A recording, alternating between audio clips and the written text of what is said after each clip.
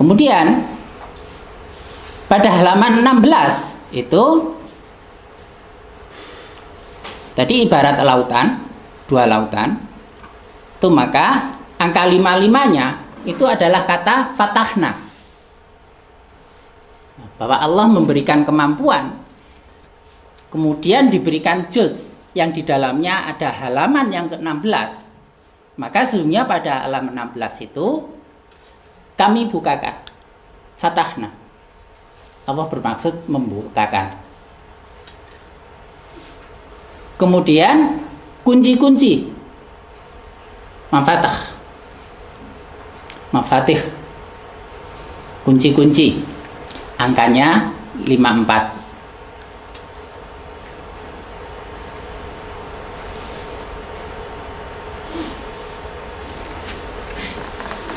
Atmamta itu angkanya 55. Dibukakan kunci itu apa? Untuk tugas. Untuk tugas kamu menyempurnakan. Kamu menyempurnakan. Atmamta, kamu menyempurnakan, itu angkanya 55.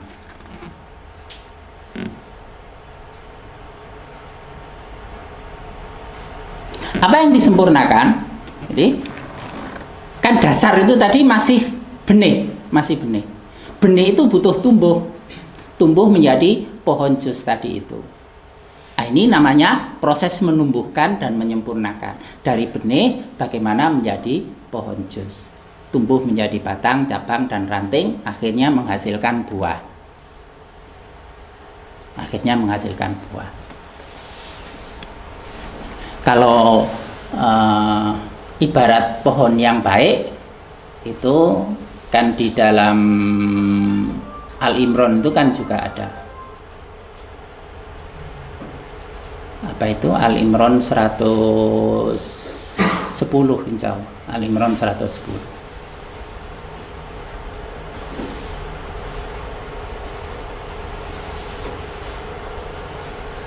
Apa itu? Ta'muruna bil ma'ruf wa tanhauna 'anil munkar wa tu'minuna billah. Itu kan keimanan itu sebagai dasar. Kemudian tumbuh menjadi pohon, itu akan berkembang cabang ranting yang mengarah pada amar ma'ruf dan ada yang mengarah pada nahi mungkar. Nah, kemudian menghasilkan buah apa? Kuntum khairu ummat. Jadi khair, buahnya itu berupa kebaikan-kebaikan.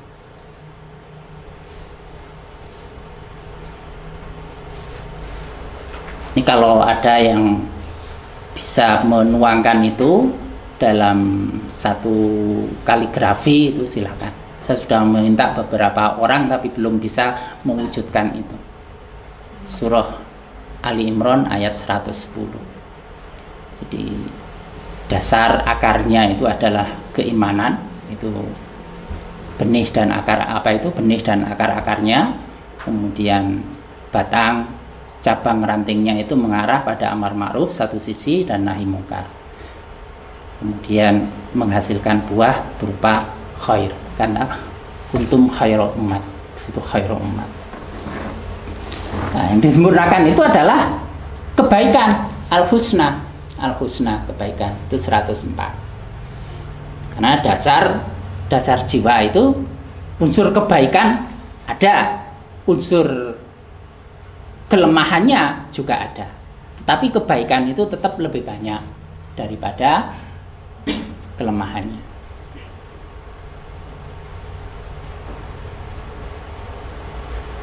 Karena kebaikan ini 104, kelemahan tadi 54.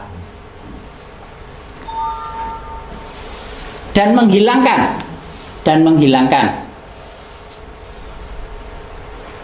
dari kata kasfun menghilangkan, menjadikan tidak tampak, menjadikan tidak muncul, tidak berkembang, menjadikan tertutup.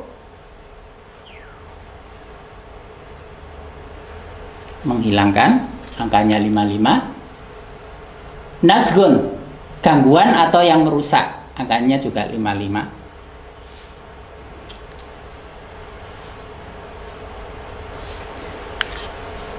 serta yang memudorotkan. Zahirun, angkanya 55. Ini diberi, sudah memperoleh potensi dasar, di situ ada kekuatan dan kelemahan. Tapi Allah memberikan karunia kemampuan.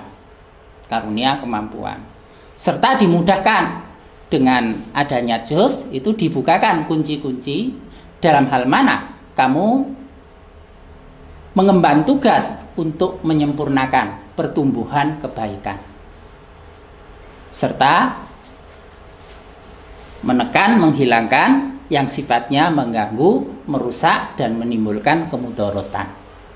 Itu dari dasar-dasar kejiwaan yang tersingkap pada halaman 16. Jumlah seluruhnya 433. Penjelasannya yang pertama pada surah 43 ayat 3.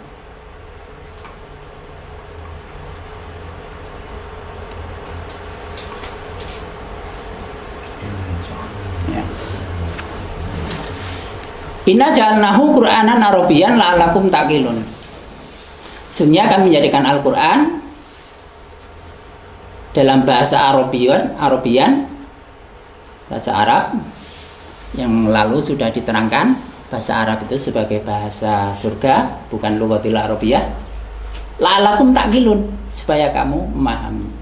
Jadi pertama yang diperlukan itu adalah taqilun ini.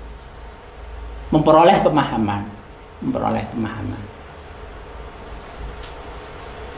Yang namanya pemahaman itu menggunakan akal. Taklilun di situ dikatakan taklilun.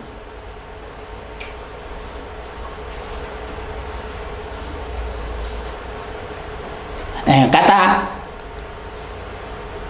yakiluna di dalam Al-Quran surah 22 ayat 46 itu kaitannya dengan hati. Jadi berpikir akliyah itu berpikir yang tidak lepas dari hati. Karena di surah 22 ayat 46 itu mengatakan lahum kulubun, yang mereka punya hati. La yaqiluna biha, tetapi mereka tidak memberdayakan akalnya. Mereka tidak memahami. Jadi pemahaman itu pemahaman akli itu pemahaman yang berada pada wilayah hati. Itu sangat berbeda dengan pemahaman logis. Karena orang yang cerdas secara logika oleh Al-Quran dikatakan ketika tidak bisa memahami kebenaran Quran, maka dia dikatakan tidak berakal. Sekalipun dia cerdas secara logika, dia hebat secara logika, tapi tidak bisa memahami petunjuk, maka dia dikatakan tidak berakal. Pemahaman akliyah itu pasti sejalan dengan kebenaran Quran.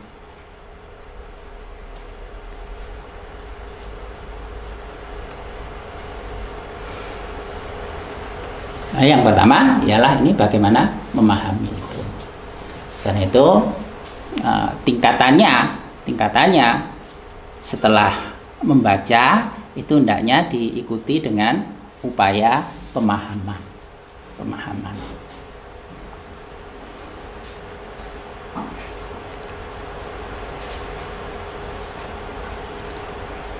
Kemudian surah 3 ayat 43.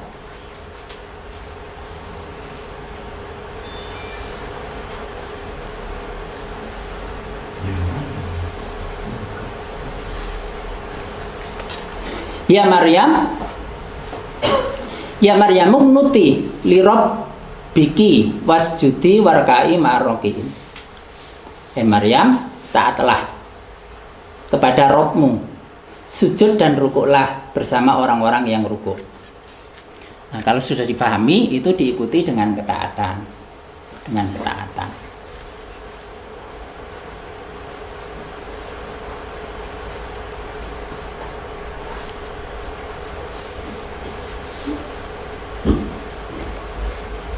Sehingga inti dari dibukakan juz yang di dalamnya ada halaman yang ke-16 itu dalam rangka pemahaman yang diikuti dengan ketaatan.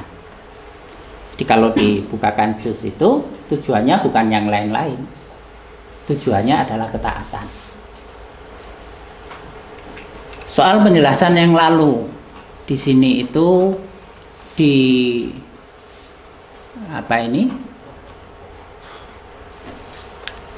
disembuhkan. Ini bagian dari karunia. Karena Allah itu maha bersyukur atas ketaatan orang. Dengan ketaatan itu diantaranya diberikan karunia, disembuhkan dari penyakit yang diderita. Tetapi ini tidak boleh dijadikan tujuan pokok. Memahami semuanya itu harus dalam rangka ketaatan. Kesembuhan ini akan diperoleh setelah dibersihkan. Dan kalau dibersihkan itu, yaitu penting karena ini bagian dari pertobatan untuk dibersihkan. Proses dari taat itu maka menggigis kotoran-kotoran maka menjadi bersih. Ibarat besi yang kemudian karatan, dia kalau diam itu tetap karatnya, tetapi ketika dia berjalan terjadi gesekan maka rontok karatnya itu. Nah, itu kadang-kadang dirasakan sakit, dirasakan payah, tetapi dengan sakit dan payah itu menjadi bersih. Tapi kalau diam ya tetap kotoran itu tetap nempel. Karena itu yang namanya sakit, payah, tertekan, itu bagian dari kehidupan yang harus dijalani. Bagian dari tugas manusia untuk beramal.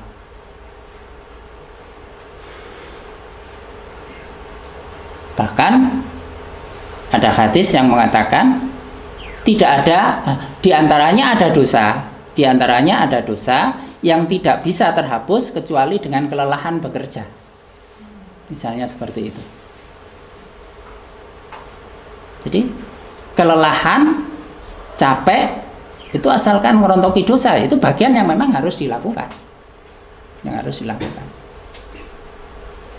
Karena itu kalau kerja kok terus kesel kabeh, ya ora apa-apa.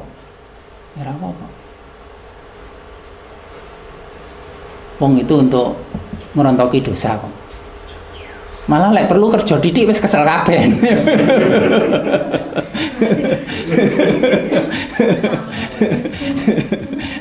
Kerjane mek didik wis kesel kabeh ya apa. Iya.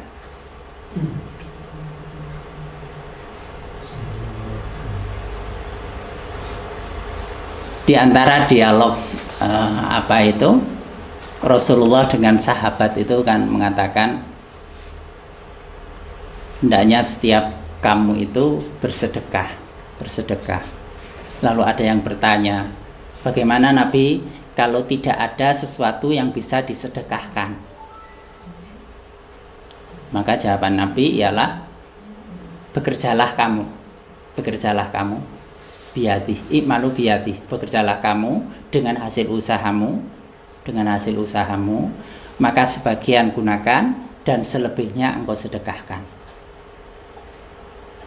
Ketika di antara sahabat mengatakan kami tidak punya apa-apa, perintahnya adalah bekerja sampai engkau punya untuk engkau gunakan sendiri dan kelebihannya engkau sedekahkan. Bagaimana jika kami tidak mampu untuk itu? Maka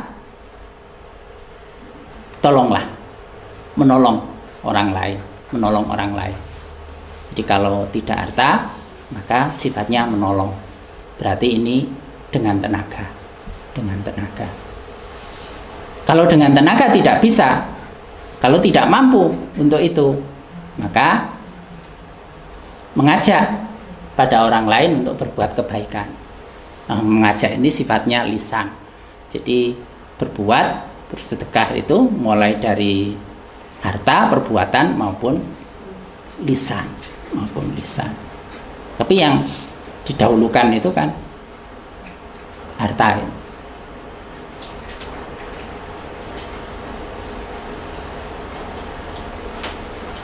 Itu hadis riwayat Muslim, nanti bisa dicek secara lengkapnya.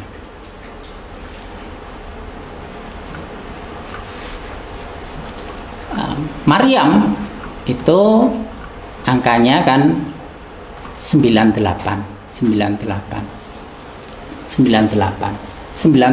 itu al-bayyinah. 98 itu al-bayyinah. Ini 98 karena ini 34, ini 54. 98.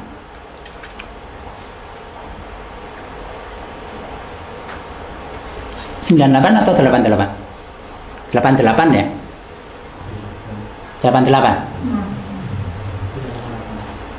34 dengan 54. Ya, 88. Nah, kembali bahwa sifat ketaatannya itu adalah ketaatan yang berdasarkan Quran. Maka kembali kepada 16 tadi, padatan dari Quran itu 16. Nah, inilah tujuan dibukakan, disingkapkan juz itu dalam rangka ketaatan. Bukan untuk kesehatan, bukan untuk karir atau yang lain-lain. Ini supaya diterangkan pada orang-orang yang mau bertanya juz. Dan berdasarkan surah 58 ayat 12. Surah 58 ayat 12. Tolong dibacakan surah 58 ayat 12.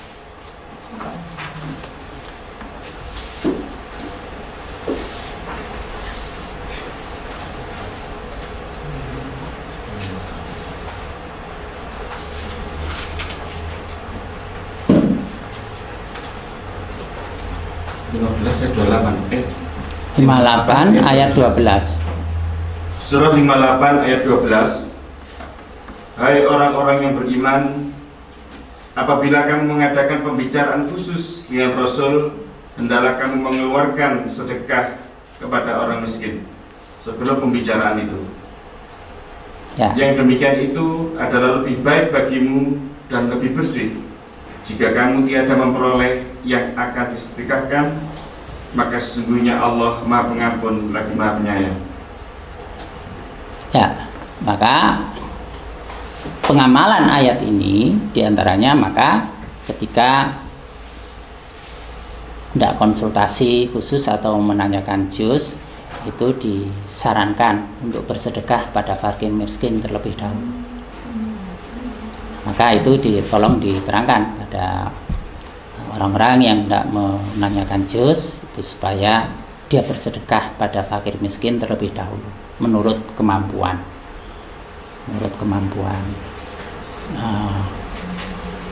Kalau sudah terlanjur di sini ya dilaksanakan sesudahnya, nggak apa-apa. Yang penting ada amalan berdasarkan ayat ini.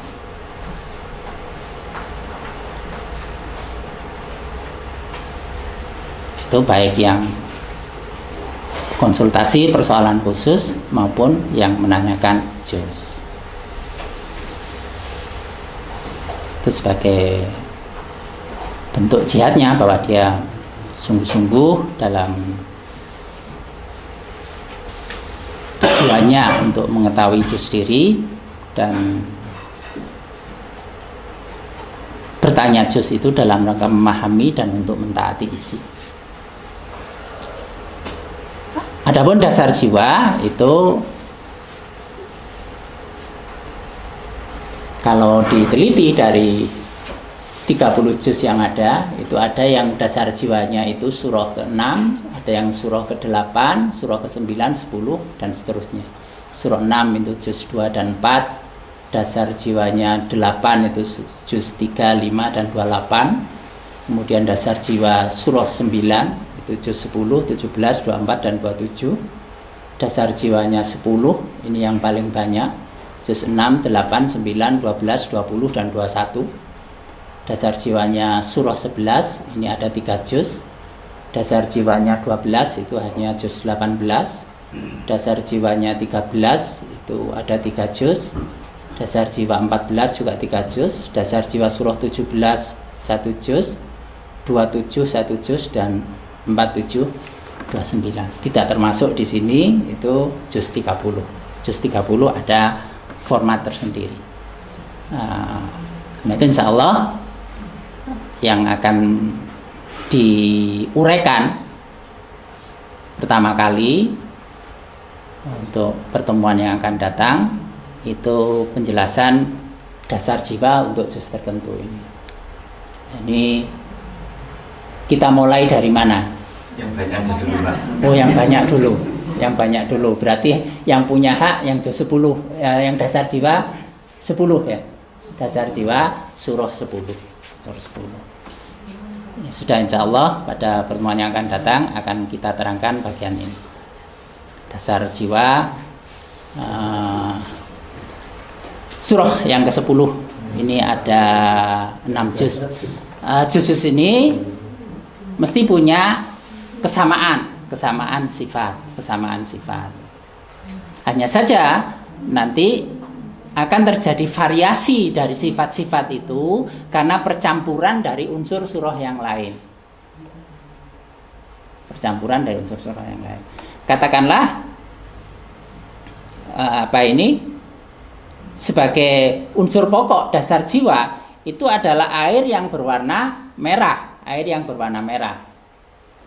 Yang satu kecampuran dengan warna kuning, yang satu kecampuran dengan warna biru, yang satu kecampuran dengan warna hitam, maka akan membentuk variasi yang berbeda walaupun dasar jiwanya sama, karena unsur jalan keluarnya berbeda, kemudian sifat-sifat pokoknya berbeda, kekuatan kelemahannya berbeda, kemudian surah-surah yang ada di dalam juz itu berbeda, walaupun dasar jiwanya sama, nanti akan ditemukan variasi. Tapi hal yang pokok tetap mesti ditemukan kesamaan-kesamaan itu. Termasuk di sini kerumitan untuk memastikan juz seseorang itu kalau hanya berdasarkan fenomena dohir. Baik, inilah yang dibahas pada bagian kedua yang A, dan insya Allah pada pertemuan yang akan datang sudah masuk pada bahasan juz. Kita mulai dasar jiwa, nanti bisa lanjut ke sifat-sifat dasar, kekuatan kelemahan maupun jalan keluar, dan ada bahasan khusus walaupun dulu semuanya sudah pernah diterangkan oleh Pak Munadi. Insya Allah kalau Allah mengizinkan kita bahas ulang dan lebih lanjut mengenai cetak tebal, karena ada bagian khusus dari setiap juz itu cetak tebalnya. Ini untuk mengantarkan pada bahasan juz. Ada pertanyaan? Kalau tidak ada, pertemuan malam ini kita akhiri bersama dengan hamdalah. Alhamdulillahirabbil alamin. Wallahu a'lam bishawab. Akhirul kalam. Assalamualaikum warahmatullahi wabarakatuh.